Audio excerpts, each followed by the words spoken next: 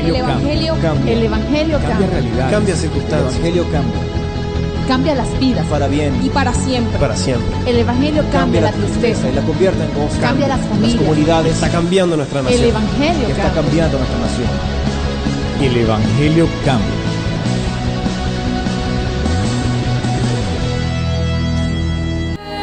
Victoria, caminemos hoy con Dios, pues el triunfo se logra con oración.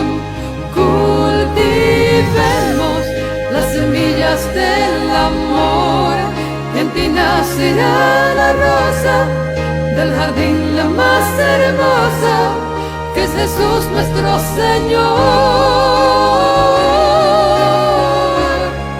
En ti nacerá la rosa del jardín, la más hermosa, que es Jesús nuestro Señor.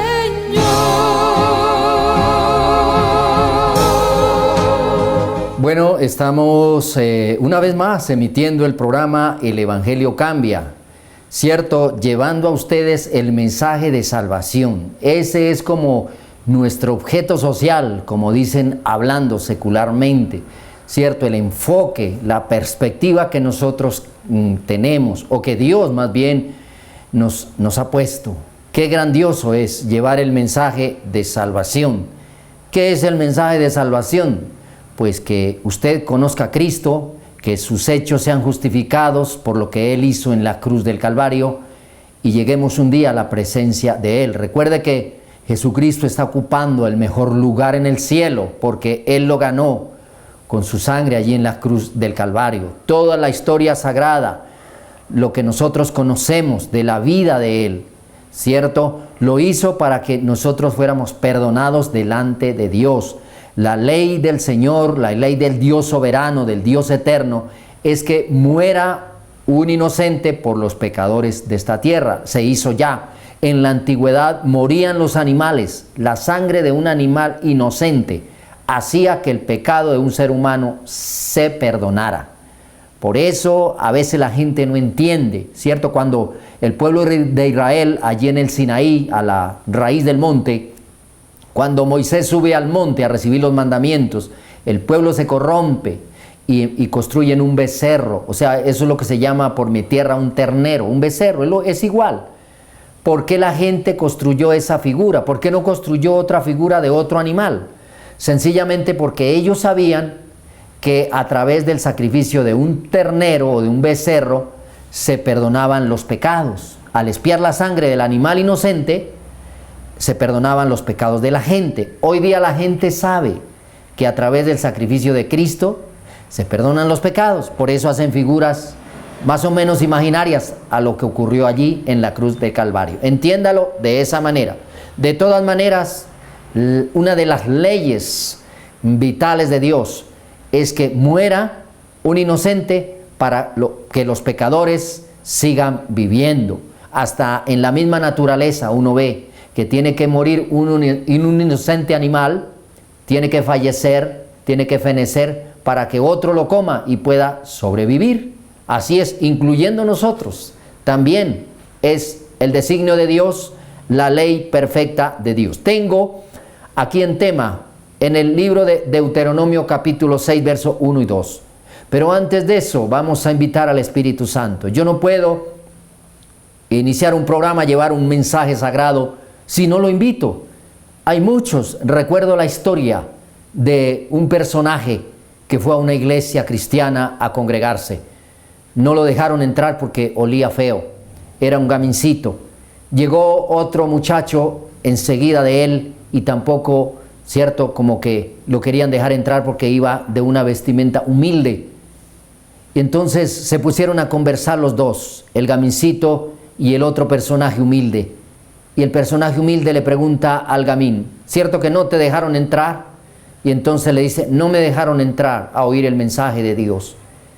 Y el humilde le dice, a mí tampoco me dejaron entrar. De pronto en su curiosidad el gamín le pregunta al humilde, le dice, ¿y tú quién eres? Y él le dice, soy el Espíritu Santo. Hay muchos que lo ignoran Hay muchos que le ponen hasta bozal al Espíritu Santo. Ya hablo de las iglesias que se creen cristianas. No lo dejan hablar porque quieren la palabra humana, quieren la metodología misionaria de cada misión, de cada iglesia, pero no quieren que el Espíritu Santo hable. Y muchas veces a uno le aterra, le sorprende, porque Él puede dar una palabra que uno no espera, ¿cierto? Él puede hablar a través de un niño, a través de una dama, a través de una persona que no necesariamente sea líder. Por eso la iglesia hoy anda un poquito confundida en esa parte. Bueno, dice que es el libro de Deuteronomio capítulo 6, verso 1 y 2. Pero vamos a hacer la plegaria elevada al Dios eterno, al Dios soberano, al Dios que vive y permanece para siempre. Un ser humano que no se alimente espiritualmente es un ser estéril espiritualmente, es un ser raquítico espiritualmente, y le digo más, es un ser muerto espiritualmente. Una persona que no tiene a Cristo es un muerto espiritual. De eso habla la palabra de Dios, porque no tiene una relación con Dios. Puede que crea en una superstición, en una religión, pero eso no es garante. Una doctrina cualquiera no es un garante para decir que tengo a Dios. Tiene que tener unos frutos, unas obras del Espíritu Santo. Por eso no lo podemos obviar en ningún programa, en ninguna prédica. Yo siempre digo, Señor, ayúdame, dame la dirección, dame las palabras adecuadas, dame el vocabulario claro y preciso, directo, para que la gente lo entienda, ¿cierto? Bueno, vamos a orar, Padre, en esta hora. Señor Dios del cielo, Padre, te importunamos en esta hora, como lo hizo la viuda con ese juez injusto, Señor, que ni temía hombre, ni temía a Dios, Padre eterno, para que tú vengas desde el mismo cielo y derrames tus bendiciones. Padre, te reveles a los que ven este programa. Señor, enseñes a las personas que no tienen el conocimiento de tu palabra, Señor.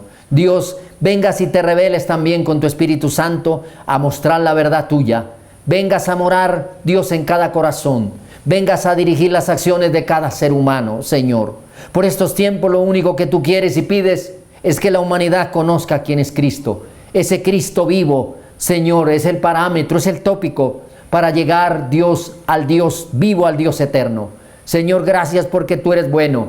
Gracias porque tú haces salir el sol sobre buenos y malos. Regalas la lluvia tardía y temprana sobre buenos y malos. Nos presta todo lo que vemos, Padre, hasta la misma vida. Señor, y el día que nos toque partir de esta tierra, Señor, tengamos la justificación delante de ti, que es el regalo inmerecido que diste para toda la humanidad, el sacrificio de Cristo en la cruz. Gracias, Señor, y reprendemos fuerzas malas que se oponen al mensaje de salvación. Dios, toda burla, toda blasfemia, incredulidad, Señor del cielo, todo escepticismo, Padre, lo derribamos en el nombre de Jesús y declaramos, Señor, Dios del cielo, que se quedan sin poder y sin autoridad esas fuerzas malignas. Señor, y el mensaje llegará, Padre, a corazones preparados, dispuestos, Señor, que quieran tu presencia, que quieran el arrepentimiento, que quieran el conocimiento de tu verdad, que se llama Jesucristo. Gracias, Señor, en el nombre de Jesús. Amén.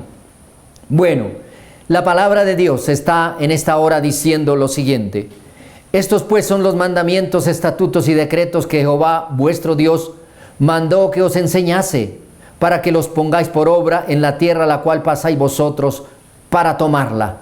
Es un gran mandamiento, digamos un gran mensaje más bien sería, de Moisés exhortando a un pueblo a la obediencia a Dios. Todavía no estaban allí poseyendo la tierra prometida, la tierra de Canaán, la tierra que fluía leche y miel.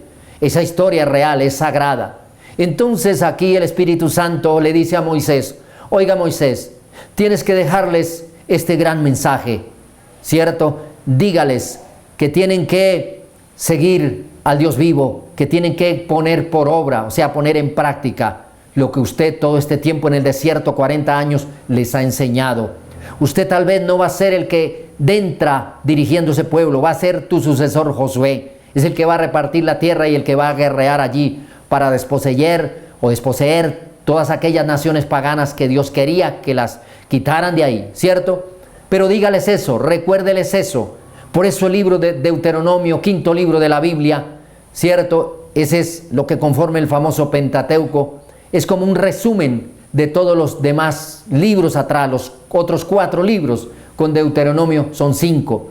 Por eso el gran mensaje aquí. Y en el verso 2 le dice, para que temas a Jehová tu Dios, guardando todos sus estatutos y sus mandamientos que yo te mando, tú, tu hijo, tu hija, todos los días de tu vida, para que tus días sean prolongados.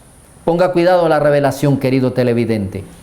Una persona empieza a formalizársele el temor a Dios en su corazón, en lo más profundo de su ser, cuando un ser humano empieza a poner por obra los mandamientos de Dios. Ahí lo dice Moisés, el Espíritu Santo a través de Moisés lo dice al pueblo. Quizá hoy se lo esté enseñando a usted, querido televidente. En el versículo 2 del capítulo 6 hace alusión a eso. ¿Y cuáles son esos mandamientos? Se los voy a recordar, ¿cierto? El primero, no tendrás dioses ajenos delante de mí. Mire lo que dice la Biblia, la palabra de Dios en Deuteronomio 5, versículo 7. Está también en el capítulo 20 de Éxodo. Recuerdo una vez que fui a una iglesia, era del campo, era cerca a un páramo, donde la neblina casi a toda hora estaba por encima del templo, en el campo, una iglesia cristiana. Me invitaron a predicar allí, unos misioneros, y la gente que bajaba a escuchar el mensaje era obviamente toda gente de ruana, sombrero, botas de caucho. Las niñas que llegaban a alabar eran niñas de sombrero. Me sorprendió, no sé qué sentí en ese momento, un regocijo grande de ver que el evangelio iba hasta un páramo allí, porque era un páramo, es un páramo. Y recuerdo que las sillas donde la gente se sentaba, tenían encima de las sillas una carpeta grande de una hoja tamaño oficio, una carpeta. Yo dije, ¿y esto qué será? Era la única vez, tal vez, de las cosas sorpresivas que el Señor me quería mostrar. A veces uno aprende de la gente que uno cree que no es elocuente, que no es certificada, que no es estudiada. Uno aprende, Dios le da lecciones a uno. Y resulta que la carpeta que estaba en todas las sillas, cada silla tenía una carpeta, estaba cerrada. Era que al comenzar el culto, a comenzar el sermón, al comenzar la enseñanza, todo el mundo debería o debía leer los 10 mandamientos. Abría la carpeta y ahí estaba en letra grande, muy legible, que decía, no tendrás dioses ajenos delante de mí.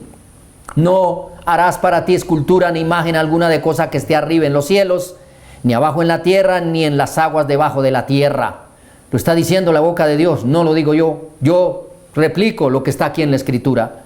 No te inclinarás a ellas, está hablando de las esculturas y de las imágenes, ni le servirás, porque yo soy Jehová tu Dios fuerte, celoso, que visito la maldad de los padres sobre los hijos hasta la 3ª y 4ª generación de los que me aborrecen. Me quedé sorprendido esa vez. Yo dije, qué lección tan grande me dio Dios. Ni siquiera en una iglesia que se llame de mármol, que se llame de no sé cuántos miembros, había visto eso. Y en una iglesia donde se congregaban 20 personas, 30 tal vez, no más, con niños y todo, tenían tremenda enseñanza allí para que la gente, cada que fuera a la iglesia, recordara los mandamientos de Dios. Aquí, cierto, el Espíritu Santo a través de Moisés les da ese gran mensaje, lo que le estoy reiterando, cierto, los 10 mandamientos se podría llamar esto. No tomarás el nombre de Jehová tu Dios en vano, ahí está el 3er mandamiento. 4, guardarás el día de reposo, lo dice la boca de Dios. Honra a tu padre y a tu madre, como Jehová tu Dios te ha mandado. No matarás, no cometerás adulterio, no hurtarás, no dirás falso testimonio contra tu prójimo y no codiciarás la mujer de tu prójimo. ¿Sabe, querido televidente?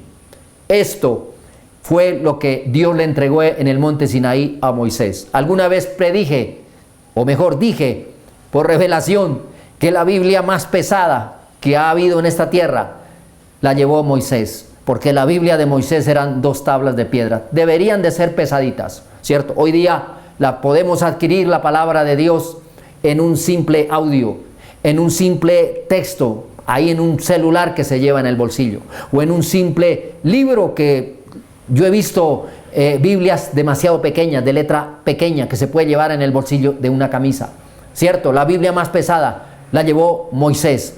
Es el gran mensaje de los 10 mandamientos que el Espíritu Santo a través de Moisés le insta al pueblo para que no cayeran en descrédito, para que no cayeran en idolatría delante de Dios. Creo que lo más prohibido durante todo el mensaje sagrado, desde Génesis hasta el Apocalipsis, es que la gente, la humanidad, caiga en esas cosas de descrédito ante Dios.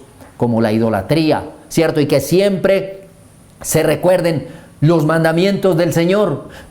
Son latentes, han trascendido por todas las épocas. La historia habla de los 10 mandamientos, la teología habla de los 10 mandamientos. Todo el mundo sabe de lo que Dios le dio a Moisés en el Sinaí, que fueron los 10 mandamientos. Ahí los tenemos en Deuteronomio capítulo 5 y en Éxodo capítulo 20. Moisés aquí, a través del Espíritu Santo, le dice al pueblo y se lo recuerda.